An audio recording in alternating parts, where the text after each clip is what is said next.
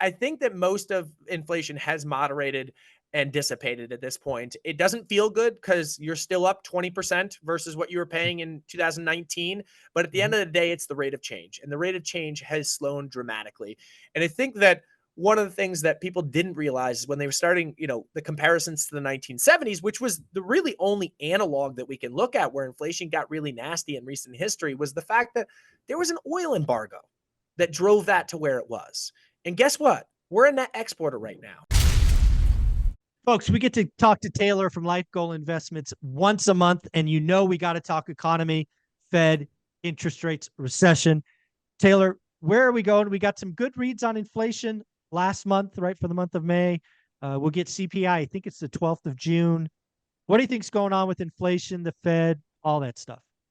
Yeah, it's interesting. So inflation in the first quarter came out kind of scary high. It Yeah, wasn't really scary high. It was the directional change that it was like, broke trend. oh Yeah, it broke no, trend. this doesn't Yeah. look good. Right. And rate of change is obviously hugely important. And then I guess the April, May data came out pretty darn subdued, back in Yep. line with the trend as things were moderating. And when you look at some of the seasonality behind it, a lot of it is attributable to insurance and Hmm. insurance increases that happen on an annualized basis. And Yeah. as the value of cars, the value of homes go up, and cars were the really big one. But as the value of them go up, as does the underlying insurance premium on an annualized basis. And it was real. It was meaningful. But since then, you've seen some moderation in insurance. In insurance, yes, but also in just the underlying inflation data. And some of that also is getting the tailwind in a good direction by oil prices moderating some, Sure. which has certainly helped. But yeah, the inflation data was eye opening earlier this year, and now Yeah. it's become much more sanguine. And let's talk about jobs. Obviously, you watched the monthly numbers. We went from, I think, the last time we spoke, 3.8. We're now sitting at 4. We get another number this week on Friday. Um, are you a believer in the Psalm rule, right? We need to get to 4.2 before it breaks. Do you think the Fed cares at 4.2? That, when's the Fed kind of wake up and go, ooh, that's a problem? See, I'm struggling a little bit here, candidly. I don't think that they're breaking down the data enough. And I think that, yes, we're seeing a ton of jobs added every single month, but on the net basis, we are negative full-time jobs in Oh, the yeah. past It's year. horrible. It's like 600,000 or 800,000. Yeah, It's and bad. it's like, yes, we can add jobs, but they're not good jobs, right? And so I just am really concerned that that's going to come home to roost at some point. But the jobs data has been, if you're just looking at it from a surface value perspective, it's been consistently positive. The Yeah. jobs market's been strong. Yeah, it's funny when I started digging into the jobs number. I think it was 3 or 4 months ago when they posted that 386 one. I'm like, there's Yeah, something yeah, wrong. yeah, yeah. It's like, what the hell? And yeah, dude, there's the loss of full-time jobs, part-time jobs. They do also do this. The big thing that I saw that month, there was a birth death calculation change that was like 80% of the increase. I'm like, you're not telling people that you changed the freaking model. I didn't know that. Admittedly, I didn't know that. Yeah, I forget what my, it was like. Come on, guys. And of course, we can also go talk about revisions, right? I think it was 7 out of the last 9 have been negative. Yep, yep, Nobody yep, reports the revisions. I'm like, yep. I personally don't think the job market is all that strong. I also don't believe the Fed's cutting interest rates. A lot of people I talk to, not Wall Street guys, so that's why I come to you. They're thinking the Fed cuts at 4.2, and they think we could be at 4.2 by August, right? 4.2% unemployment rate. Yeah, I mean, we're in a stone's throw from there right now. Yeah, dude, we could be there, you know, this week, if not this week, next week. But I actually, so let's talk about rate cut expectations because I don't know that I've changed my opinion. If you don't remember, I'm going to withhold it from you for a minute just to see where you're at. Where do you see a July, September post election? What are you seeing? I've been sitting on 0. And so I've been on that. I don't know that I was on that at the beginning of the year. I think I said, no, I remember specifically saying at the beginning of this year when they were pricing 7 rate cuts, I said Yeah. there was a 30% chance that we got 0 this year. So I was Okay. I was not at 0, but I was massively, Yeah. massively under Below the the number market. of rate cuts the market Yeah. was. I'm still on 0. I think that the Fed was so late to the game to Mm. raise interest rates, and they are so darn data dependent. They can't see things in front of their own face that they're going to wait for this to become very obvious that now is the time to cut. They are the inflation boogeyman, and that seems to be all that they seem to be focused on. And Mm. the unemployment numbers, and that really is going underwhelmed right now from a focal standpoint. And the jobs data has been fine, right? So with that, if it's not broke, don't fix it. Yeah, I agree with you. I think zero is probably leading race. My call is actually one right after the election. I think it's November 6th or 7th, whatever that Wednesday is, and it's actually going to be half a point. I don't no chance for July. Interesting. Very unlikely in September. But I actually think the data is going to get much, I guess, worse and better. What do I mean by that? I think the Yep. job market. I think the job market come November, right? Because we'll have a jobs number that Friday. Yep. Which so again, it's really interesting because I think the Fed meets that Wednesday. The job number is that Friday. They'll have the data Yep. Wednesday, Yep. and I think it's going to be.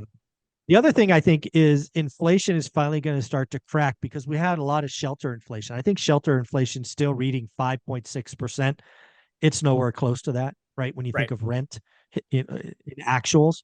You see it It, firsthand, right? oh yeah, absolutely. I think rent's down in a lot of the country, certainly in apartments. Maybe it's flat in housing, but it's certainly not up 5.6%. Right. That's just bad math. Right. So I think there's a good chance that CPI is, that month, November, probably like headlines maybe 2.5, 2.6. So Mhm. you get CPI headline to 2.6, you get the unemployment rate to like 4.4, 4.5. They're going to cut aggressively. That's kind of what I see in November. It's interesting. I think that from a broad standpoint, most educated folks that I hear, and I mean like really educated economic economists, seem to think that they could use a cut right now, right? I hear We're that too. Mark pretty darn Zandi. restrictive. Yeah. Yeah, we're pretty darn restrictive from a policy standpoint. And the public wants to hear that and doesn't want to hear that. If they're in the housing market, they want to hear it. Yep. If they're not in the housing market, they don't want to hear it because they're scared to death of inflation still. Correct. And I think that most of inflation has moderated and dissipated at this point. It doesn't feel good because you're still up 20% versus what you were paying in 2019. But at the Mm-hmm. end of the day, it's the rate of change. And the rate of change has slowed dramatically. And I think that one of the things that people didn't realize is when they were starting, the comparisons to the 1970s, which was the really only analog that we can look at where inflation got really nasty in recent history, was the fact that there was an oil embargo that drove that to where it was. And guess what? We're a net exporter right now. And if Yeah. we need to pump more oil than we currently are, we absolutely have the ability to. Now, regulation might have to be taken down a little bit, but nonetheless, if it becomes a problem, even the Democratic side of the aisle, which is the anti, drilling side of it, we're right now drilling more oil than we ever have in this country. Yeah. So if we went right, obviously the oil, output would even increase from here. So that is a huge input cost on everything, to state the obvious. And if that really can't create the problem, then that's one of the big catalysts that's just non-existent. So we're going to close this by talking about the election with also not talking about the election. So we're not going to talk about either party or either person. I just want to talk about it from a Wall Street perspective. Yep. I'm actually now telling people I think the housing market is going to get even slower because of the national election, because of the hate, I hate you, you hate me going on. I think there's a lot of people that are just not going to make any moves until after the election. So I think housing is even going to get slower. Sorry, agent. Sorry, brokers. But what about the stock market? Do you think there's some folks in the stock market that might be going, you know what? Let's just keep the money in cash. Let's go do some money markets. Let's just wait. Let's wait to the election because if so and so wins, it'll do this, and if the other guy wins, it'll do that. Do you think there's? Do you think the economy is just going to slow down even more because of this election coming? It's interesting. You've heard this a bazillion times. Zoom out, and it doesn't matter who's elected. And I think this would shock most people who are at all in tune with economics. We've actually done slightly better on our Democratic regime than we have Republican, which is kind of counterintuitive to how they think about the economic world. But there could be some choppiness that's coming up here. There's no doubt about it because different policies get put in place and then corporations adjust to it. Mm-hmm. I think that there is a fairly logical argument to say that if Trump is put in office, then inflation could continue to persistently be a problem. And then I think that if Biden gets put into office, I think the kind of more recessionary tone is a little bit more of an issue than the inflationary tone, just because of how they view regulation, economics, taxes, etc. Yeah. Trump is under the game of like, listen, take away red tape from regulation. Don't increase taxes, leave them the way they are, which could be a little bit of an inflationary Yeah. pressure. Don't tax Whereas, tips, I think I've heard. yep. Whereas on the other side, you're looking at Biden saying, hey, let's increase regulatory pressure. Let's take taxes and increase them, sucking money out of the system. And that could be, a little bit more of a cog that leads us in the Yeah. in the position of recession. But at the end of the day, really what I'm going for is the investor psychology. Do you think this election is different? Again, zooming out, maybe it's not. I got to tell you, this election feels certainly more contentious than, the 12 or so that I've seen or whatever it was. I, Um, I, yeah, I think that you're probably right. I don't have enough context where I've seen enough presidential cycles firsthand. This hmm. seems bonkers to me. And I won't go down all the reasons because we're not going to get into that, but it just seems like crazy madness world that we're in right now. Yeah, and I think when in doubt, Maybe people pull back. I'm just guessing. yeah, yes, I agree. And we're hearing it firsthand from our clients. And we talk them through like, listen, guys, we've seen these cycles. We know how this goes.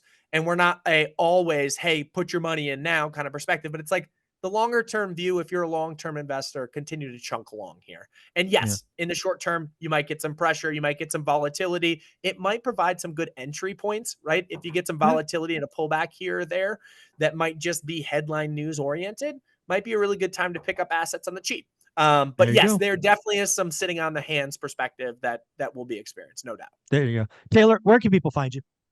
Yeah, find us at Life Goal Investments. We're on both Instagram and on TikTok. 60-second daily videos. You got it, buddy. Take care. You do a great job. You're the man.